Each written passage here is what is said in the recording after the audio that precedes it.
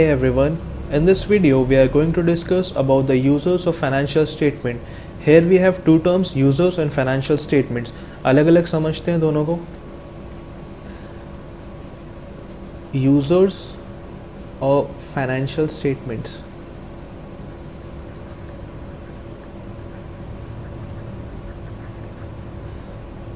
Accounting में financial statements को हम लोग फाइनल अकाउंट्स भी बोलते हैं.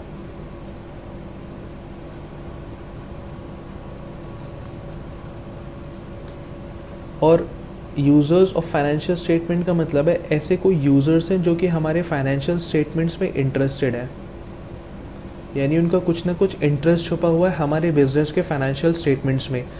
Final accounts comprises of two items. One is profit and loss account and the other one is balance sheet.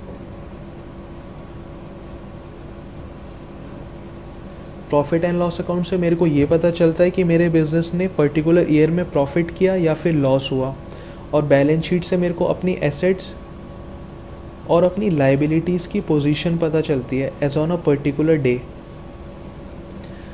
अब हमारे कुछ यूज़र्स हैं जो कि हमारे फाइनेंशियल स्टेटमेंट्स में इंटरेस्ट रखते हैं क्योंकि हम उनका हमारा बिजनेस में कुछ ना कुछ डायरेक्टली यानी या फिर इनडायरेक्टली इंटरेस्ट है हमारे बिजनेस के अंदर भी. और हम अपने बिजनेस की पोजीशन को कैसे बताते हैं? फाइनेंशियल स्टेटमेंट्स के थ्रू.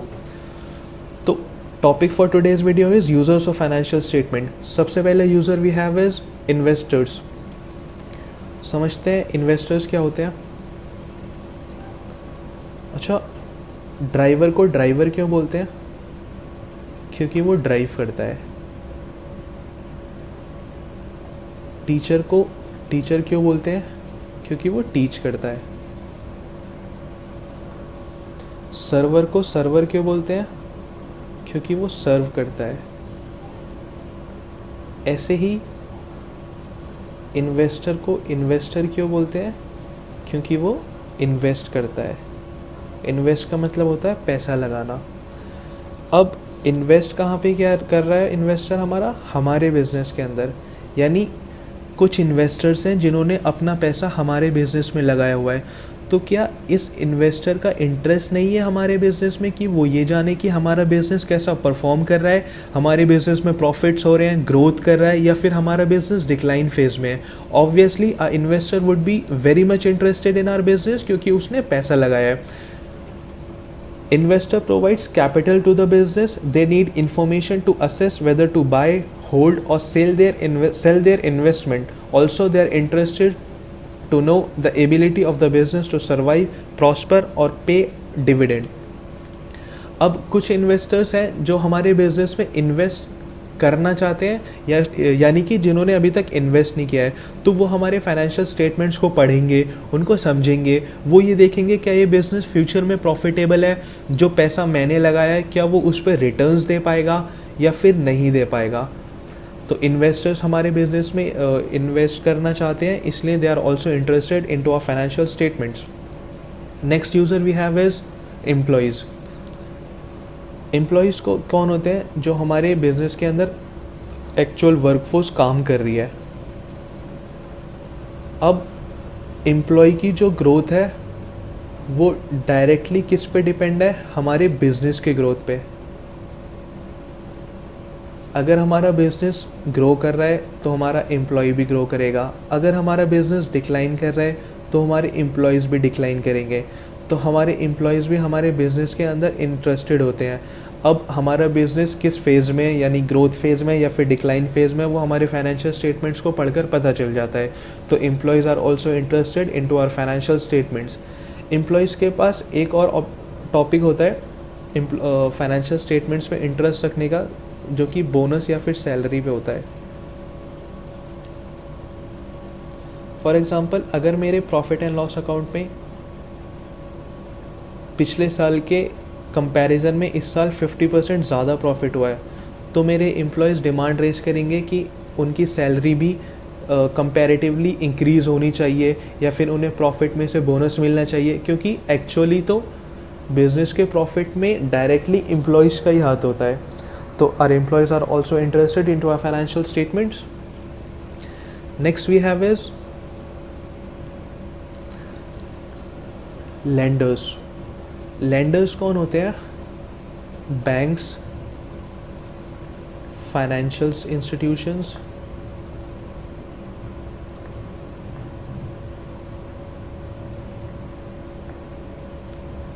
जो कि बिजनेस को लोन प्रोवाइड करते हैं।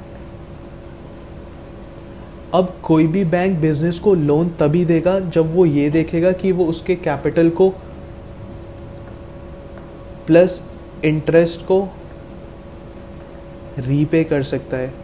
यानी उस बिज़नेस की इतनी कैपेबिलिटी है कि अगर वो लोन ले रहा है तो वो ड्यू डेट पे उसके कैपिटल प्लस इंटरेस्ट के अमाउंट को रीपे भी कर सकता है। So they are interested to know whether their principal and interest will be paid when due. Next we have is suppliers and creditors. Suppliers and creditors वो होते हैं जो हमारे बिजनेस को डायरेक्टली मनी तो नहीं प्रोवाइड करते, बट जैसे एक मिस्टर एक्स है और ये मेरा बिजनेस है। मिस्टर एक्स ने मेरे को सामान बेचा क्रेडिट पे, यानी 3 months का क्रेडिट पीरियड दिया फॉर एग्ज़ाम्पल। तो मिस्टर एक्स मेरे क्या हो गए? क्रेडिटर हो गए। मिस्टर एक्स मेरे को क्रेडिट पे तभी सामान देंगे जब वो ये देखेंगे कि क्या मेरा बिज़नेस रीपे कर पाएगा मेरा पैसा, उसके पास रीपेइंग कैपेबिलिटी है मेरे क्रेडिट पीरियड के अंदर पैसे को वापस कर देना। They are also interested to know the ability of the enterprise to pay their dues on time. That helps them to decide the credit policy. Some small ancillary units supply their products to a big enterprise. If the big enterprise collapses, the fate of small units also becomes sealed. ये last वाला part समझते हैं। जैसे एक बड़ा business है और कुछ छोटे छोटे स्मॉल बिजनेसेस हैं जो कि इनको सामान पहुंचाते हैं इनकी प्रोडक्शन में हेल्प करने के लिए। तो अगर ये बड़ा बिजनेस मेरा कोलैप्स कर जाता है तो इसका डायरेक्ट इनडायरेक्ट इम्पैक्ट मेरे छोटे बिजनेस के ऊपर भी आएगा। लास्ट में यही लिखा हुआ है that some ancillary units supply their products to a big enterprise. If the big enterprise collapses the fate of small units also become sealed. Next we have is customers. Customers are also concerned with the stability and profitability of their enterprise because their functioning is more or less dependent on the supply of goods.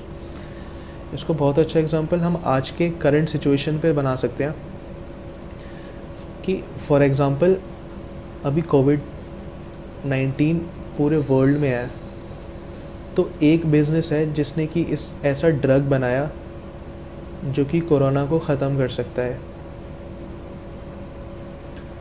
तो मेरा customer obviously मेरे business में interested होगा क्योंकि ये drug आज के time में बहुत ज़्यादा इम्पॉर्टेंट है। Next we have is government and their agencies. Government और एजेंसीज़ यानी गवर्नमेंट के पार्ट. गवर्नमेंट हमारे बिज़नेस में क्यों इंटरेस्ट रखता है? Because of taxes.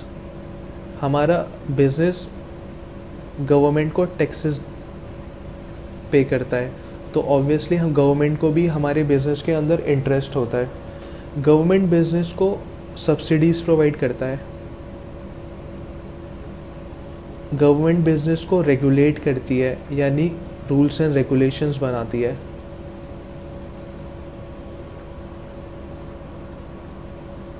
For example कोई बिज़नेस है जो कि टोबैको प्रोडक्ट्स में डील करता है, तो गवर्नमेंट ने रूल बनाया कि जितने भी टोबैको प्रोडक्ट्स होंगे, एक तो उस पर टैक्सेस बहुत हाई है और उनको एक वार्निंग देनी पड़ती है कि टोबैको प्रोडक्ट्स किल्स.